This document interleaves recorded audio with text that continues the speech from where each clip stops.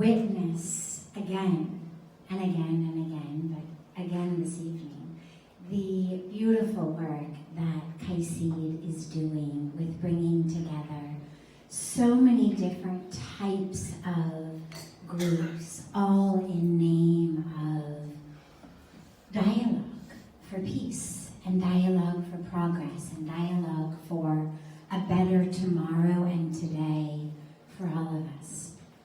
So today, as we talk about hate speech in the digital age, and particularly with regard to Human Rights Day, we think about technology. And technology has brought the entire world to our fingertips. But it has tragically enabled us to forget that there is any world beyond our fingertips. It's allowed us to connect with the world by the push of a button. But it's also enabled us to forget the ramifications of pushing that button on the world. The digital age, and particularly social media, has two components to it that are really essential when we think about hate speech and the ramifications of that with human rights. First of all, anonymity, and second of all, behind a screen. What we know from so much psychological research is that these two elements, being anonymous and being separated by a screen, are incredibly potent ways to get people to act in more heinous ways toward each other. So whether we're looking at giving each other electric shocks, whether we're looking at determining how spicy the hot sauce is that someone has to drink, whatever study it is, we know if you're able to be anonymous and if you're able to be separated by a screen, you are much, much more likely to give a longer, higher, more painful, intense shock, and you are much more likely to make the other guy or lady drink hot sauce that is much, much too spicy, or any one of all of the measures of inflicting pain and suffering on others.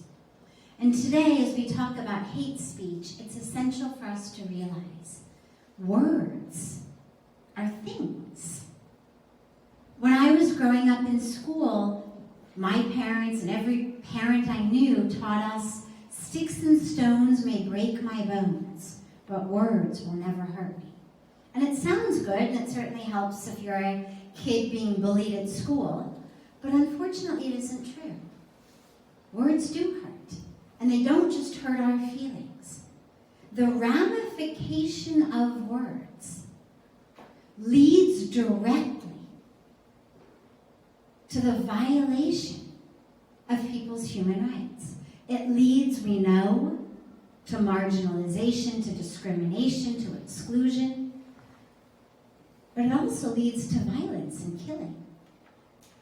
And just as I would never say, well, I didn't kill her, only my hand did, or I didn't kill him, only my foot did, in the same way, we can no longer hide behind, oh, it was just my word, I didn't do it.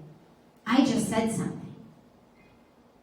In the same way that that which happens due to the ramifications of my hands or my legs, that which is the ripple impact of my words is my responsibility. Words are arrows that come out of this bow of my mouth. And where they land, and what they do when they land, is my responsibility. And today, as we celebrate Human Rights Day, it's essential for us all to realize human rights are not just something I get, but along with human rights, we have human responsibilities. And it is our responsibility to ensure that the rights of our sisters and brothers of every race, of every religion, of every culture, of every color, of every sexual orientation, not violated. One of the issues, lastly, that comes up a lot when we're talking about hate speech and the repercussions of it along with rights is people say, well, but wait, what about the right of free speech? Don't I have the right to say whatever I want? Isn't that the right that we've been given, at least in America, by our First Amendment? The first right to free speech. Well, our right to do anything ends where someone else's right to live begins. So I have a right, for example, it's my arm. I have a right to do this with my arm if I want. Not a problem. Nobody can say you can't do that. I have a right to do this until and unless I am standing in front of you, and when I do this, it bops you on the nose. At that point, your right not to have a broken nose trumps my right to do this with my arm. In the same way, my right to freedom of speech ends where your right not to be discriminated against, not to be marginalized, not to be excluded, not to be violated, not to be harmed, not to be killed, begins. And we must realize that, live that, and spread that. And I'm so glad today to be here with the fellows of KaiCIID, especially as Renato was telling me about the panelists working in the realm of media. In India, we have something called corporate social responsibility, which is, a few percentage points of income that the corporates have to give to social good. It's wonderful, it's a good program. But we also have what we call media social responsibility. And that's the role of the media. And these days with our phones, everybody is in the media. If you have a Facebook account, or an Instagram account, or a WhatsApp account, you are the media. So don't think only these people who are actually journalists are media. Every one of us is media. And we have a responsibility. Because what we post, it's not just about reporting the news. It's about making the news. And is that news going to be one that is peaceful? Or is that news going to be one that separates us? Is it news of oneness, togetherness, or news of separation and violence? And that is up to us. And so a very big thank you to KaiCIID for this program, for giving me the opportunity to address you tonight. And if Renato permits, I will take only 30 more seconds, just because I'm standing here as a woman of faith, from the world of faith, and I look out and we're fellows of faith.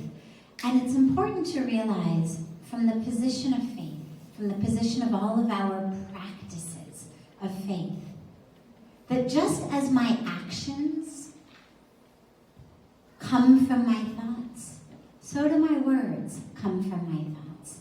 And today, as we're talking about the ramifications, the repercussions of my words, of my speech, we have to realize I speak what I think.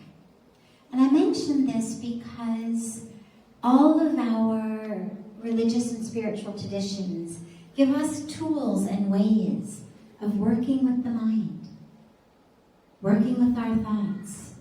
And so today, as we pledge to do whatever we can to end hate speech, let us also pledge to begin a step earlier, which is to end hateful thoughts. From the thoughts come the speech, from the speech come the actions. Let's end it with the thought. If I don't have the thought, the speech won't even be there. So thank you so much, and have a beautiful dialogue. I look forward to listening and being part of it, and to being with you over the next couple of days. And again, thanks so much to Renata, and of course Mohammed Abu Nimr, and the entire and KaiCIID team. Thank you very much.